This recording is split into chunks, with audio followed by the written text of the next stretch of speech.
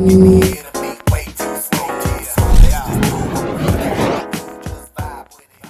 happening, guys? This is Shane and Manny at CrossFit ATR, and we're talking today about overhead range of motion, shoulder mobility.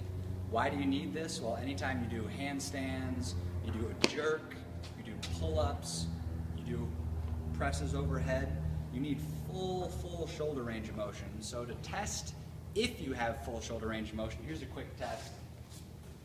Just grab a pair of dumbbells, 2 dumbbells, they should be, medium heavy weight for you, and press them overhead and see if you can hold them there for 30 seconds to a minute. You press up, and a couple things we're looking for is my arm kind of in line with the side of my body? Do I have any bend in the elbow? Usually if I see people bending the elbow, they're missing range of motion. So lock it out completely. The other thing is, if you see my back arch, that's a compensation. So it's got to be rib cage down, butt squeezed, and your arms still locked out straight. So see if you can hold that for a minute with, medium weight for you. And if you're finding that you're doing one of those 2 compensations, elbows bend a little bit, or your rib cage pops up, or your back arches, then here's a couple things that you can do to work on that.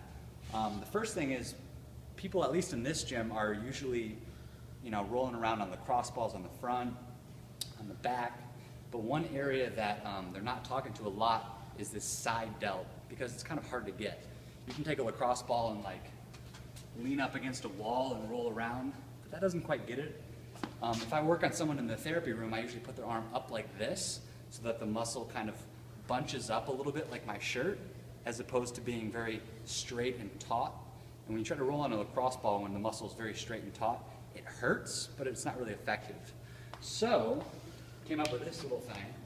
Put your arm out here like this on a box. And so now, instead of my arm being down by my side, it's a little bit bunched up, which means this can kind of grip and rip a little bit better.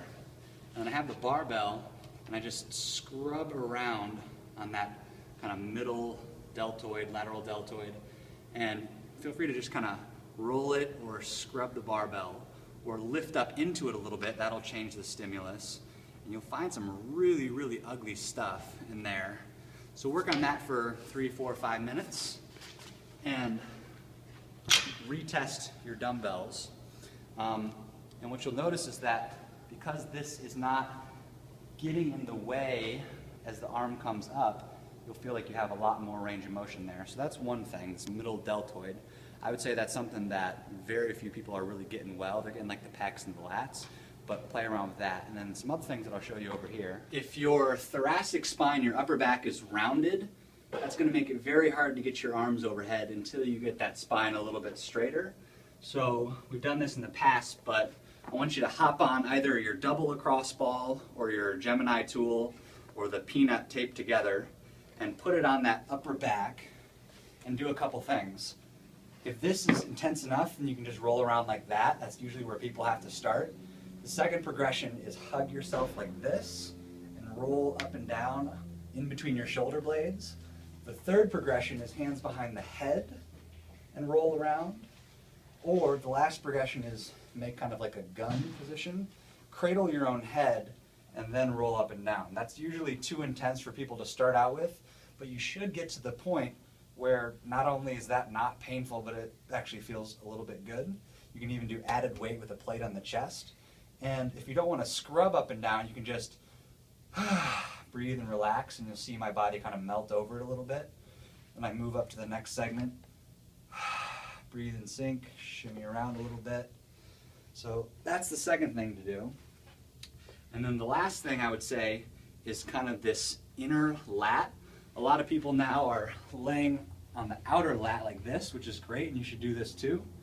You can even use a foam roller as a pillow. But get this outer lat, but then if you want to get the inner lat, sometimes Manny will come and push fingers into here, or a therapist can do that, or a training partner or something, and that feels really good. But if you want to try to get it on your own, then you can lay face down on the ground and try to get this lacrosse ball on the inside of my lat, and then I would just kind of peel across.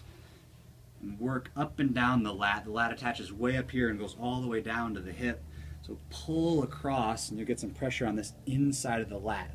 So you're working that, you're working the outside of the lat here, and that will probably do a lot for your overhead range of motion, because now you really freed up this lat, this big hunk of meat. You freed up the deltoid and you fixed your spine, and then after you do all that, retest the 2 dumbbells overhead and see if it isn't improved. See you next time. You're CrossFit certified. Is it okay if your arm goes numb when you're doing this? It's acceptable for just a little bit of time. What about if your face goes numb? My face is numb. What if you projectile vomit? Oh, then that's exactly what we do in CrossFit. That's, Right. that's why we do it. Perfect. Done. It means I'm going hard.